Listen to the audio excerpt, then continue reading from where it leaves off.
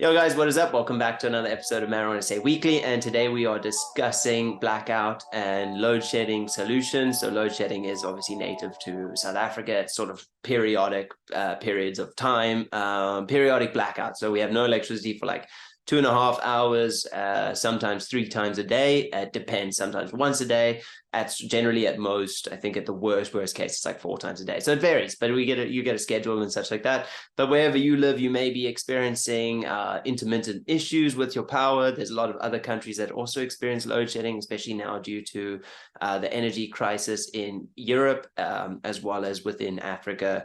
There's also a few other countries that have actually longer than 3 hours. Some actually have up to 6 hours that we've heard of rolling blackouts, sort of 6 on, 6 off, 6 on, 6 off. So yeah, depending on your solution, we're going to hopefully debate some, depending on your circumstances, we're going to hopefully debate some solutions today. We, not going to lie, we had a bit of a long debate before this. We've been humming and hawing over what to say. But yeah, I think, Dean, you've got some really good insights on, we're gonna stage this, right? So like obviously there's some really cheap stuff that you can do. I mean, like off the top of your head, what's sort of the cheap starting points of saving yourself? So this is obviously an issue, especially for growers, because I'd say specifically indoors, because outside it doesn't really matter, obviously. But the issue is that we're trying to maintain specific light cycles, uninterrupted light and uninterrupted dark. And then when you having the rug yanked with relation to your power, it does obviously start to give loads of complications and make it far more difficult to get good results. And also, it also brings out all the worst in the plants. If there's hermy traits in there, or a little bit of, some sort of, it creates stress. So it's not stress tested your genetics. A lot of the time you're just getting seeded stuff, and it's just not the best, hermies everywhere. So cheap solutions, as with anything cheap, you're going to be looking at sort of some manual solutions. So, battery powered lights, or having a sort of a fixture. You get these sort of LED fixtures that you can screw in to a power point, and it has a little battery built in, and then it will turn on, but then it doesn't turn off after the load shedding period. So, once again, you're going to have to go in, or your blackout period. So once again, you're going to have to go in there at the start of a session, see if everything is running smoothly, and then go in at the end of your light cycle, maybe not the end of the session, but then manually go and turn that light off. So the manual solutions is basically going to be, camping lights, backup, sort of little backup. Because those are about $300. Those like standing camping lights with the battery in the back, and you like drop it in. I think $300-400. $300 to $400 per light, and like $15. It's not 100% ideal, but you kind of got to imagine that the blackout period is a very, very, very dark and cloudy day, and at least you still have a tiny bit of sun rays penetrating, which is now your main light is off, but you still have a tiny bit of light penetrating through. The downside is, it's not just the lights that turn off. Your fans are turning off. Your oscillating fans are turning off. Yeah. So now what I've seen with a bit of data over time is, you're getting massive humidity spikes, which then brings powdery mildew and various different issues indoors. But at least the main thing, you've got a bit of light, but you have nothing else with the cheap solution. Yeah, the cheap solution, then like also the guys, I just want to interject. We are referencing, we say like, we're averaging a sort of 2.5 hour blackout, and we'll mention some things like said you have longer blackouts, then you may have to do this. Like the manual ones, you're going to run into hiccups if you're on those manual ones. And it's like those little things are only meant to last like 30 minutes, sort of like to get you from your front door to this or camping or something like that. Maybe an hour. 2 hours, but like every time I've gone camping, by the end of the night, those things are really, really like, they're barely visible anymore. It's just like more like an indicator light than like actual light. And like you said, the fans and all of that. So these are sort of, look, if you can do it, you have to absolutely go for your lighting, make sure that's sorted. And it's probably like something, spend the extra $500 or $1,000 to have something, which is better than nothing. Yes. If you're not in a load shedding or power cut prone area, have something as a backup. This will be perfect. You can go like sit in your tent and just put the light on and chill there, or manually do it. It's not worth intervening with more costs if it's so infrequent. But yeah, okay, so like let's say that's the baseline. That's sort of the recommendations if you're really not, it's not a frequent occurrence, or you're on an extremely tight budget. Next would probably be this is where the debate starts kicking in. It's probably the inverter, right? Yeah, 100%. So this is the start of the debate, because it's you are going to need an inverter. Well, an inverter with batteries, because an inverter will basically charge batteries when you're getting power from the power company. But as soon as the power company cuts the power and you go into a blackout, the inverter will auto swap over to battery power, and now it will, instead of drawing from the wall and then putting it into the batteries, it now draws from the batteries and puts it into whatever outputs you have plugged in. And they start from about $4.5 to $5 for like a really, really small one. And then they can work their way up, however many values you're going to go for the size of the inverter, and then the amount of batteries that you attach onto it. And that's definitely on those cost wise. I think if you're looking at a cost, like, because this is an inverter switch as well, you could probably go in between the manual and the inverter switch with like a manual inverter. Yes. We used to run one way back where you like, every time the power would go, you like connect up the battery and like you move the plugs into this thing and you like turn the inverter on. It doesn't constantly run through the inverter. And it's also, then we had a separate thing which used to charge the battery. So like after the power cuts would go off, I just connect it. You connect like a car battery charger. They're also like super cheap. Okay. So you connect that up. So that's maybe a like even cheaper solution to like, these days the switches are super they're so convenient. I must say I wouldn't burden myself with that, but like, look, if it's infrequent and you've got one already for your another room or something like that, it could be an option. They also have those I think there's a brand called like EcoFlow, which is one of the super popular ones, which are those like carry lithium ion kind of little kits, and they have like a boost mode and stuff like that. So they're super cool because you can, they're kind of designed for short periods of burst power. But once again, you're sitting on a manual side, and I would say that kind of falls once again into the maybe just the higher mid range of that kind of pricing, on the really lower pricing. But and you can always cheap out on the batteries, or they come with a built-in battery, so that you just plug. But it's like once again with the switch, we could go with like 10 lead acid batteries or something, or 5 lead acid batteries. Yes. But like now you're factoring in like it's going to be a cheaper solution initially, but your longevity, it's only going to have like 300-400 discharges, whereas like your lithiums, it's going to be way more expensive, but it's going to get maybe like 1,000 discharges.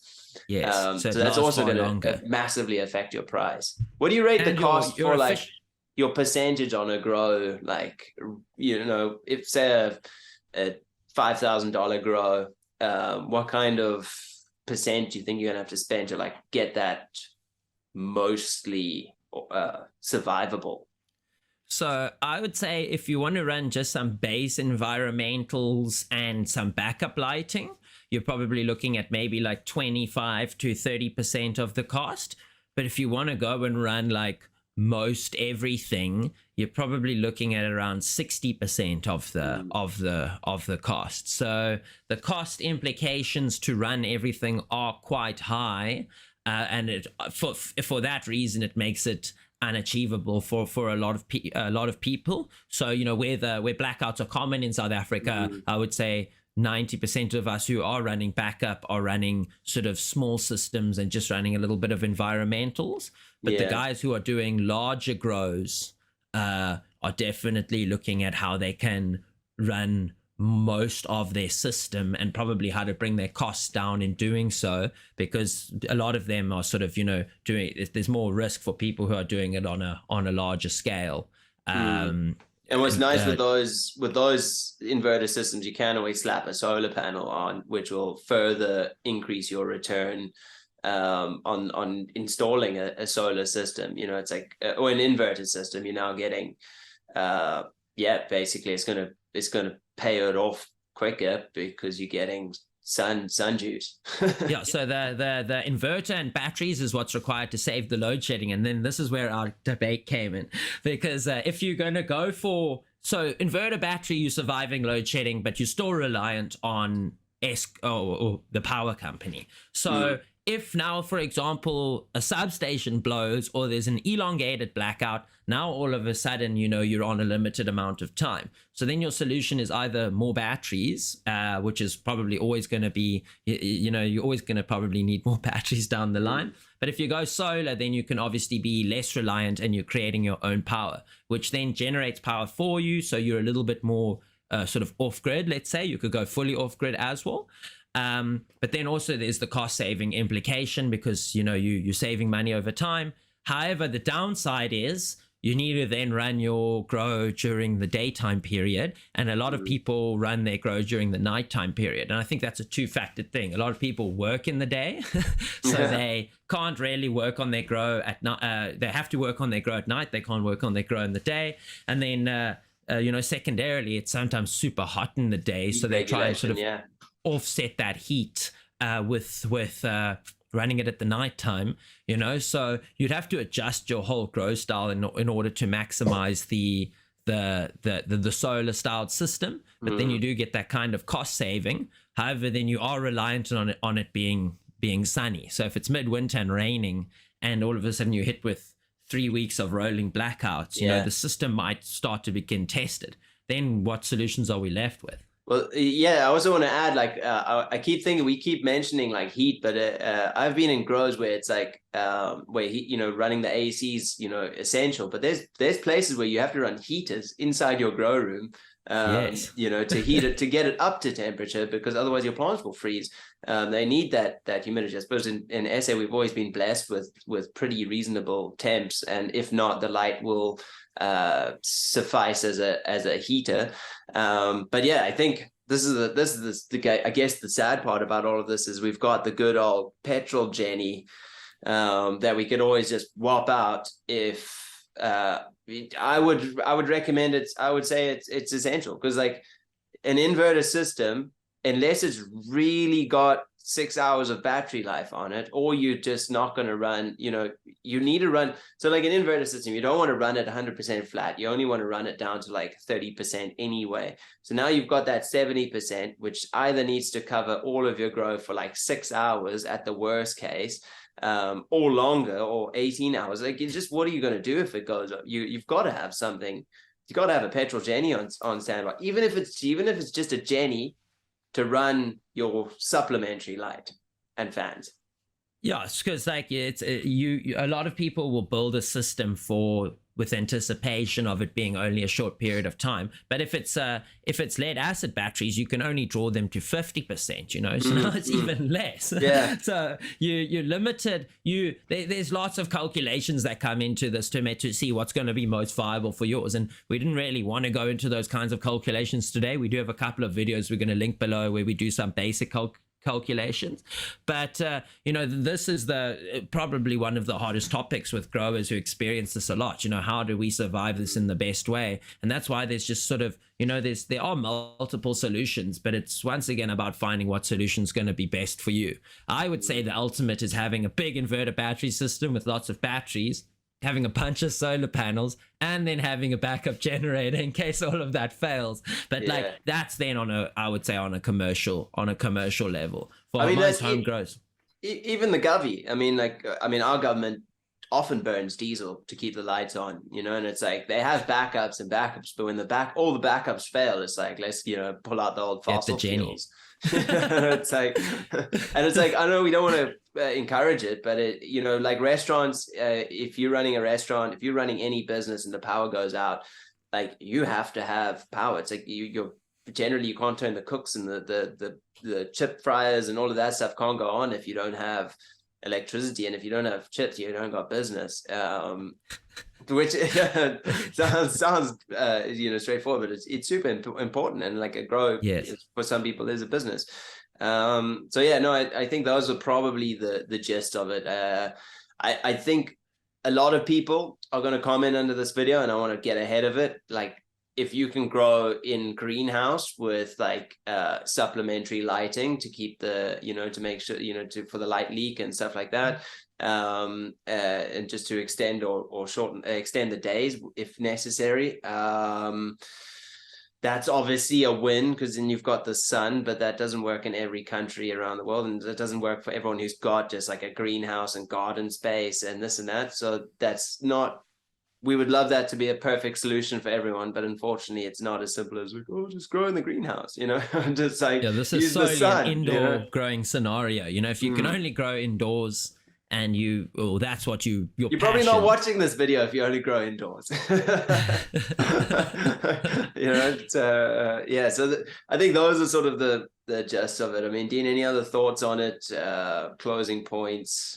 Yeah, once again, it's not really something we really want to be looking at, because there's multiple other things you kind of want to worry about in a grow. But this is, for people who experience blackouts a lot and are concerned about, and are trying to cost in what's going to be the best for them to sort of take cultivation into their own hands. Unfortunately, these are things that you kind of, rolling blackouts in South Africa and are not going anywhere, and it seems to be sort of popping up here and there globally, so when costing your grow or setting up or getting started, this is one of, just unfortunately, now an added cost on top of it all, which it's basically impossible to get around it. I've tried multiple solutions over the year, and I just keep on over the years, and I kind of keep on having to look at more and more upgrades on backup power. I wish I could just be like saving up to upgrade my lights, Yeah. And like you said, 60% of your cost of your grow